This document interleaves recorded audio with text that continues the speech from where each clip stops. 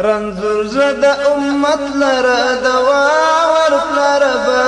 د رحم په درمل باندې شفا ورکړه ربه د رحم په درمل باندې شفا ورکړه ربه رنځور زړه د امت لره دوا ورکړه ربه د رحم په درمل د ژوند لار زمونږ د نن ورځې د خپرونې موضوع بیا هم د نړۍ نیکمرغه ښځه د زړونو قساوتي خدای ورځ په ورځ زیاتېږي مرض د ګناهونو یې په ټول بدن خورېږي بسم الله الرحمن الرحیم الحمد لله رب العالمين حمد الشاكرين الصلاة والسلام على سيد الأنبياء والمرسلين سيدنا ونبينا وشفيعنا ومولانا محمد وعلى آله وأصحابه الطيبين الطاهرين قدرمنو اوریدونکو د ژوند د لارې د خپرونې مینوالو السلام علیکم ورحمة الله وبرکاته ستاسو روغتیا او خوشحالي د پاک رب نه غواړم په دې هیله چې د صحت او عافیت جامې پر تن ولرئ او خوشحالي مو په برخه وي دا دی زه محمد یاسین فهیم د ژوند د لارې د خپرونې په وړاندې کولو کې ستاسو په خدمت کې یم زموږ د نن ورځې د خپرونې موضوع بیا هم د نړۍ نیکمرغه ښځه که زموږ خویندې غواړي چې د نړۍ نیکمرغه ښځې وګرځي نو ځانونه د الله ته وسپاري که په دوی باندې مصیبت راځي که په دوی باندې تکلیف راځي که په دوی باندې درد او غم او مرض راځي په ټولو حالتونو کې ځان الله ته وسپاري هغه الله دی چې ستانه درد لرې کوي هغه الله دی چې ستانه ستونزې او تکلیفونه لرې کوي هغه الله دی چې ستا په هر حالت باندې هغه خبر دی نو ځانونه خویندو که الله ته وسپارل تاسو به د نړۍ نیکمرغه ښځې وګرځئ یو سړی د لمانځه له وخت پرته جومات ته ننوت نو یو لس کلن هلک یې ولید چې په ډېرې خوشو او تضرع سره الله ته ولاړ دی او لمونځ کوي تر څو پورې چې هغه ماشوم او هغه هلک لمونځ خلاصوه دې سړي ورته په جومات کې انتظار ویست چې کله هغه ماشوم مونځ خلاص که نو دا سړی ورته راغی سلام یې پرې واچو او سړي ورته ویلې بچیه ته د چا زوی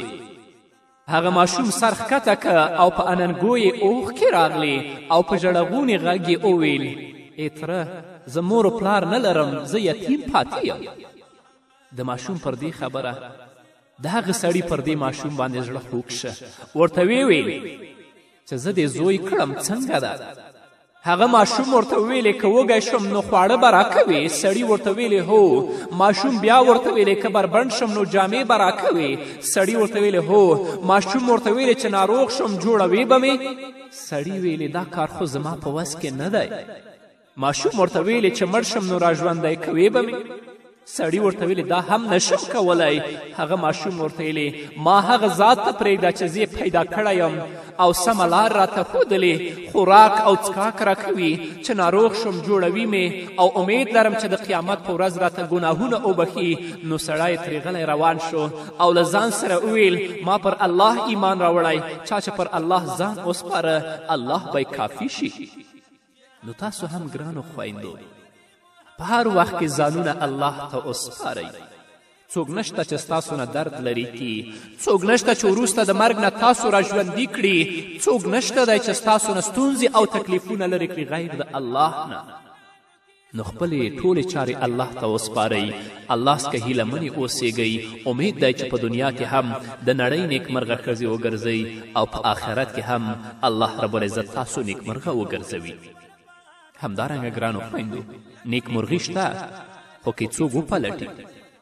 هیڅ یو انسان له خپل ځان پرته په بل څه کې نیکمرغي نشي ترلاسه کولی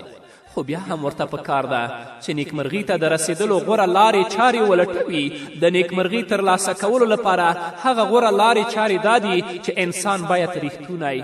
زړور له کار او خلکو سره مینه له نورو سره مرسته کوونکی او له ځانځاني څخه پاک او د ژوند وجدان خاوند وي ځکه چې نیکمرغي څه ټوکه نه ده بلکې یو روښانه حقیقت دی چې ډیر خلک ترې خوند اخلي او موږ هم ګټه ترې اخیستلی شو که موږ خپل ځان ته ځیر شو نو د خپل ژوند له تجربو نه ډېر څه ترلاسه کولی شو او له ډېرو رواني ناروغیو خلاصون موندلی شو او خپل دا رنګین ژوند چې الله رب العزت را بخلی دی نور یې هم پسې ښه کولی شو او له انکار مخالفت او بدمرغي پرته هم تیرولی شو. خو دې خبرو ته لا تر اوسه پورې زموږ خویندې نه دي متوجه شوې. ښځه فقط غمونه بې وخته زړوي او بوډۍ کوي یې. نه خویندو، بې وخته غمونه پرېږدئ، نیکمرغي شته خو تاسې وپلټئ. تاسو ځان نه ریښتینې جوړې کئ، له کار او د الله سره مینه پیدا کړئ، له نورو خویندو او مظلومانو سره مرسته وکړئ، د پاک وجدان او د حیا خاوندانې شئ. الله رب العزت به تاسو نیکمرغه کړي. او که خدای مکړه زموږ ژوند په غفلت کې تیر شه، زموږ ژوند داسې تیر شه چې کله هم دې ته متوجه نه شو چې زموږ نیکمرغي په څه کې ده، الله راته څه پیغام لري، رسول الله راته څه پیغام لري، نو بیا نیکمرغي نشته. په دنیا کې به هم خدای مکړه بدمرغه او په آخرت کې به هم الله څخه مسئوله یاست. همدارنګه که زموږ خویندې غواړي چې نیکمرغي ترلاسه کړي، په نړۍ کې نیکمرغه ښځې وګرځي، الله یې جنت ته داخلې کړي، هغوی دې ښکلي اخلاق غوره کړي، ځکه ښکلي اخلاق د زړونو جنت دی. خلک د انسان لپاره د هندارې حیثیت لري. کله چې انسان له نورو سره ښه چار او چلند کوي نو خلک به هم ورسره ښه اخلاق کوي، نو اعصاب به آرام او زړه به خوشحاله او په دوستانه فضا کې به ژوند تیروي. خو که انسان خپله بد اخلاقه وي نو خلک به هم ورسره بد اخلاقي، سختي او بدژبي کوي، ځکه څوک چې د بل احترام نه کوي نو بل یې هم احترام نه کوي. د ښو اخلاقو خاوند ډاډمن وي، له عصبي او رواني ناروغیو خوندي وي. پر دې سربیره ښه اخلاق د الله تعالی بندگی ده او اسلام پرې ټینګار کړی دی، لکه چې الله رب العزت فرمایي خذ العفو وامر بالعرف واعرض عن الجاهلین. د نرمي او تیریدنې لار غوره کړه، د ښو چارو کوونکی اوسه او له ناپوهانو سره منښله. په بل ځای کې الله رب العزت د خپل پیغمبر په ستاینه کې داسې فرمایلي فبما رحمة من الله لنت لهم ولو كنت فظا غليظ القلب لانفضوا من حولك فاعف عنهم واستغفر لهم وشاورهم في الأمر فإذا عزمت فتوكل على الله إن الله يحب المتوكلين. ای پیغمبره، دا د الله لوی رحمت دی چې ته د دې خلکو لپاره ډیر نرم خویه جوړ شوی. که داسې نه وای او ته توندخویه او سخت زړه وای نو دا ټول به ستا له شاوخوا نه خواره شوي وای، تښتېدلي به وای. د دوی خطاوې وبخه، د دوی لپاره بخښنه وغواړه او د دین په چارو کې هغوی ته هم په مشوره کې برخه ورکړه. بیا چې ستا اراده پر کومه رایه ټینګه شي نو پر الله توکل وکړه. د الله هغه خلک خوښیږي چې د هماغه په ډاډې نه کار کوي. همدارنګه نبی کریم صلی الله علیه وسلم فرمایي إن أحبكم إلي أحاسنكم أخلاقا الموطئون أكنافا الذين يألفون ويؤلفون وإن أبغضكم إلي المشاؤون بالنميمة المفرقون بين الأحبة الملتمسون للبراء العيب. رسول الله صلی الله علیه وسلم فرمایي په تاسې کې ماته ډېر خوښ هغه څوک دی چې اخلاق یې ښه وي، له خلکو سره مینه کوي او خلک له دوی سره مینه کوي. او ډیر ناخوښ ما ته هغه څوک دی چې د خلکو ترمنځ شیطانت کوي، دوستان سره جلا کوي او په پاکو خلکو کې عیبونه لټوي. نراشئ د رسول اکرم صلی الله علیه وسلم ویناوي او پیغامونه واورئ. که په دې باندې عمل وکړو زموږ خویندې او ورونه نو الله رب العزت به موږ نیکمرغه وګرځوي. که زموږ خویندې دې ځان ته د ښایسته اخلاق غوره کړي، خپل خاوند سره، خپل مور سره، خپل پلار سره، خپلې کورنۍ سره، تر څو چې په کورنۍ کې د ټولو د سترګو توره وګرځي او که خدای مکړه هغه په بدو باندې اخته وي، اخلاق نه لري، انسانیت نه لري، نو په کورنۍ کې هم منفوره، په ټولنۍ کې هم منفوره، الله څخه هم بدمرغه او منفوره. الله رب العزت دې په موږ باندې رحم وکړي. الله دې موږ ته او زموږ خویندو ته هدایت وکړي. همدارنګه ګرانو خویندو، په الله پورې له غم او اندېښنو څخه پناه وغواړئ. کله چې په تاسې غم راځي،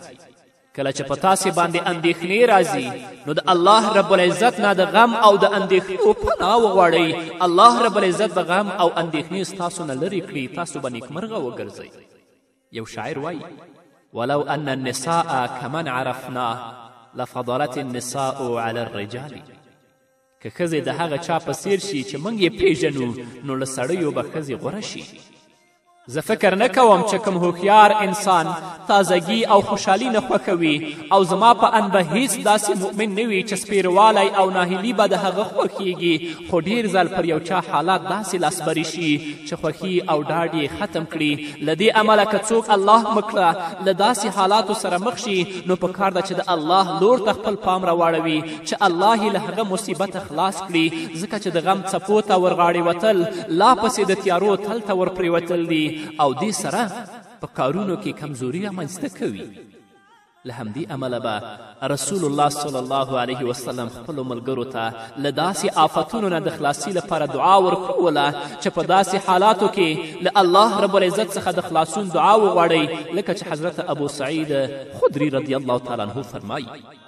یوه ورځ رسول الله صلی الله علیه وسلم جومات ته راننوت، نو په جومات کې ناڅاپه پر ابو امامه رضی الله تعالی عنه سترګې ولګېدې. نو ویې پوښته چې ای ابو امامه څنګه په جومات کې د لمانځه له وخته پرته ناست یې؟ ابو امامه رضی الله تعالی عنه رسول الله ته عرض وکړه ای د الله رسوله غمونه او پورونه راغاړې وتې دي. نبی کریم صلی الله علیه وسلم ورته وویل داسې کلمات درته ونه ښیم چې په ویلو به الله تعالی در پیښ غمونه ختم او پورونه دې خلاص کړي. ابو امامه رضی الله تعالی عنه فرمایي ما عرض وکړه چې ای د الله رسوله ولې نه راته یې وښایاست؟ نو نبی کریم صلی الله علیه وسلم راته وفرمایل کله دې چې سبا که یعنې د ورځې په پیل کې دغه کلمات ووایه اللهم انی اعوذ بک من الهم والحزن واعوذ بک من العجز والکسل واعوذ بک من الجبن والبخل واعوذ بک من غلبة الدین وقهر الرجال. ای الله زه په تا پورې له کمعقلي، سستی، بېزړهتوب، بخیلتیا، د قرض له ډېرېدو او د خلکو له غصې نه پناه غواړم. ابو امامه رضی الله تعالی عنه فرمایي ما دا کار وکړه نو الله رب العزت مې غمونه ختم او قرضونه یې راڅخه ادا کړل. نو تاسو هم ګرانو خویندو او ګرانو ورونو کله چې په تاسو باندې اندېښنې راځي، کله چې په تاسو باندې غمونه راځي، ځانونه الله رب العزت ته وسپارئ. هغه الله دی چې له ستاسو نه به غمونه، هغه الله دی چې له تاسو نه به اندېښنې لرې کوي. او دا دعا چې رسول اکرم صلی الله علیه وسلم موږ ته راښودلې ده دا تاسو خپل ورد او ذکر وګرځوئ. هیله ده چې الله رب العزت تاسو نیکمرغه وګرځوي. خو نه منګه د الله در پریښی، د رسول الله صلی الله علیه وسلم درم پریښی، د بنده دروازو ته ولاړو، د خپل د مشکل حل موږ د دیونه غواړو. حتی چې کله په موږ باندې کومه ستونزه او تکلیف راشي د خپل عقیدې ته دومره هم متوجه نه یو چې هندو او کافر ته کینو هغه ته وایي چې موږ باندې دا مشکلات دي، څه تعویض راته وکړه. حال دا چې هغه نه ستا په دین باندې، نه ستا په الله باندې، نه ستا په کتاب باندې او نه ستا په پیغمبر باندې عقیده لري. نه راشه غمونه او اندېښنې او حاجت دې الله سره شریک کړه. ډیر په اخلاص او په صداقت باندې او دس وکړه. راشه الله ته ودرېږه، خپل راز و نیاز الله سره شریک کړه، د خپل د مشکل حل د الله رب العزت نه وغواړه. هیله ده چې الله رب العزت دې مشکل حل کړي، ځکه هغه رب دی چې دا مشکل یې په تا باندې راوستی او هغه ذات دی چې دا مشکل به ستا نه لرې کوي، بل څوک یې نشي لرې کولی. په ځانګړې توګه دې زموږ خویندې دې مسایلو ته متوجه وي. چیرته چې تعویزګر او جادوګر دی د دوی نه خلاص نه دی، چیرته چې زیارت دی دوی ور روانې دي، نه راشئ الله سره خپل رازونه شریک کړئ. الله به ستاسو مشکل حلوي، بل څوک یې نشي حلولی. غمونه مه کوئ، ځکه د معدې زخم له هغه شیانو څخه نه جوړیږي چې تی خوري، بلکې له هغه شیانو جوړیږي چې تا خوري. غمونه او اندېښنې تا خوري. که تا د دې ستونزو حل الله رب العزت سره شریک نه کړ نو تا ته به د معدې زخم پیدا شي. او کوم نعمتونه چې الله درکړي په هغه باندې شاکره شه. وما بکم من نعمت فمن الله، پر تاسې ټول نعمتونه د الله له لورې دي. نو د الله رب العزت شکر ادا کړه چې الله رب العزت دې په دنیا کې نیکمرغه وګرځوي. الله رب العزت دې زمونږ ورونو او خویندو ته د اسلامي اعمالو توفیق ورکړي تر څو چې الله رب العزت موږ په دنیا او په آخرت کې نیکمرغه وګرځوي. نور به م واورو خو د یوې دمې نه وروسته. لا هدی مسلم امت د جرم سمندر کی شیطان یې ټیل وهي موج ته راښکیل د لوی خطر کی خلاصون تی کشتی سمون هدا ورکړه ربا درحم په درمل باندې شفا ورکړه ربا رنځور زړه د امت لره دوا ورکړه ربا درحم په درمل باندې شفا ورکړه ربا درحم په درمل باندې شفا ورکړه ربا. قدرمنو اورېدونکو بیا هم زموږ سلامونه او نیکې هیلې ومنئ په دې هیله چې تر دې دمه تاسو زموږ ملتیا کړې وي. همدارنګه ګرانو خویندو که تاسو غواړئ چې په نړۍ کې نیکمرغه ښځې شئ نو په سختیو کې په ستونزو کې صبر وکړئ الله رب العزت ته متوجه شئ. لفاطمة الزهرا رضی الله تعالی عنها څخه نقل دی چې دې به ډېرې ورځې په لږه تېرولې. یوه ورځ خاوند یعنی حضرت علی کرم الله وجهو دا ولیده چې رنګ یې تک زیړ او اوښتی نو خاوند یې وپوښته فاطمې دا په تا څه شوي دي چې داسې ژیړه او اوښتې؟ فاطمة الزهرا رضی الله تعالی عنها خپل خاوند ته فرمایي له تېرو 3 ورځو راهیسې په کور کې د خوراک څه نشته نو لږې داسې کړی یم. علي کرم الله وجهو فاطمة الزهرا ته فرمایي ما ته دې ولې نه ویل؟ فاطمة الزهرا رضی الله تعالی عنها حضرت علی کرم الله وجهو ته فرمایي ما ته مې پلار یعنی محمد رسول الله صلی الله علیه وسلم د واده په شپه ویلي وه که علي کور ته څه راوړل نو خوره او که را نه وړل نو ترې غواړئ مه. ډېرې ښځې داسې دي چې د خپلو خاوندانو د جیبونو په تشولو کې ډېر مهارت لري او ځینې خو لا داسې وي چې بالکل د خاوند په جیب کې یوه روپۍ هم نشي زغملی یعنی چې څه ورسره وویني نو غواړي چې له جیبه یې ورته وباسي نو په باریکه وخت کې په کور کې ځان ناروغه کړي او تر هغې نه غلې کیږي چې د خاوند جیب یې تش کړی نه وي او دا منل شوې خبره ده که یو ځل سړي غاړه کیښوده نو بیا یې د تل لپاره بیرغ نه پورته کیږي او د تل لپاره د بدبختي وزرې پرې خورېږي. کیدای شي چې بدبختي پرې تر ډېر ځنډ وروسته راستنه شي او کله دغه بدبختي د خپلمنځي اختلاف بڼه هم غوره کولی شي او چې کله د خپلمنځي تاوتریخوالي بڼه غوره کړي نو بیا یې خاوند د هغه بانډچي شاعر چې هغه خپله ښځه پس له ډېرو سختیو طلاقه کړې وه او شعر وایي تعنت امامة بالطلاق ونجوت من غل الوثاق بانت فلم يألم لها قلبي ولم تدمع مآقي ودواء ما لا تشتهي النفس تعجيل الفراق والعيش ليس يطيب بين اثنين في غير اتفاق. شاعر فرمایی امامه مې په طلاق وویشته او ځان مې له مضبوطې کړۍ څخه خلاص که هغه چې له ما څخه جلا شوه نو زړه مې پرې هیڅ دردمن نه شو او نه مې پرې سترګو اوښکې تویې کړې او د هر هغه شي روغتیا چې زړه یې نه غواړي ژر جلا کېدل دي او د 2 کسانو ترمنځ ژوند له اتفاق پرته نه ښه کیږي. ګرانو خویندو ژوند خو هسې هم ډېر لنډ دی نو موږ یې ولې ښه پسې رالنډ کړو؟ لکه یو شاعر فرمایي دا ژوند خو زموږ کم د محبت لپاره هم دی حیران یم څه نفرت ته وزګارېږي خلک څنګه. نه په سختیو کې ته د الله رب العزت نه صبر وغواړه. د فاطمة الزهرا رضی الله تعالی عنها ژوند ته وګوره چې هغې مبارکې د خپله ژوند څنګه تیر کړی او د خپل پلار خبره یې څنګه په خپل غوږ کې نیولې ده. د خاوند په فقر د خاوند په پتنګدستي باندې راضي اوسه. هغه څه د خپل خاوند نه غواړه چې هغه یې توان لري هغه څه د هغه نه مه غواړه چې غریب یې توان نه لري. ډېرې خویندې داسې شته چې خاوند مجبور کړي یو کار ته که د خاوند په وس کې وي او که نه وي دا ښځې بدمرغه دي دا ښځې لعنتي دي. که غواړې چې نیکمرغه شي نو راشه د رسول الله وینا واوره د فاطمة الزهرا رضی الله تعالی عنها د ژوند نه عبرت واخله. جنتي ښځه څوک ده چې هغه د الله رب العزت په ورکړه باندې راضي وي د الله په تقدیر او د الله په پریکړه باندې راضي وي په سختیو او په مصیبتونو کې صبر کوي تل لپاره د خپل رب رضا غواړي. عطا بن ابي رباح رحمه الله د حضرت عبدالله ابن عباس رضی الله تعالی عنه له خولې نه وایي هغه راته وویل چې یوه جنتي ښځه در ونه ښیم؟ عطا بن ابي رباح فرمایي ما عرض وکړه چې ولې نه؟ هغه راته وویل چې دغه توره ښځه وینې دغه ښځه نبی کریم صلی الله علیه وسلم ته راغله او رسول الله ته وویل چې پر ما هره ورځ میرګي راځي راغورځېږم او چې میرګي را باندې راشي نو بیا خپل کالي شلوم او ځان بې ستره کوم ته له الله تعالی څخه زما لپاره سوال وکړه نبی کریم صلی الله علیه وسلم ورته وفرمیل ستا خوښه که صبر پرې کولی شي نو الله به د دغه صبر په بدله کې جنت درکړي او که صبر پرې نشي کولی نو هم خوښه دې ده زه به الله ته دعا وکړم روغه به دې کړي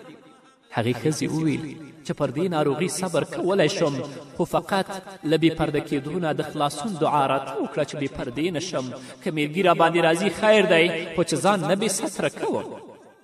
نو نبی کریم صلی الله علیه وسلم د هغې لپاره دغه دعا وغوښته بیا به چې پې میرګي راغلل نو خپل کالي به یې نش کول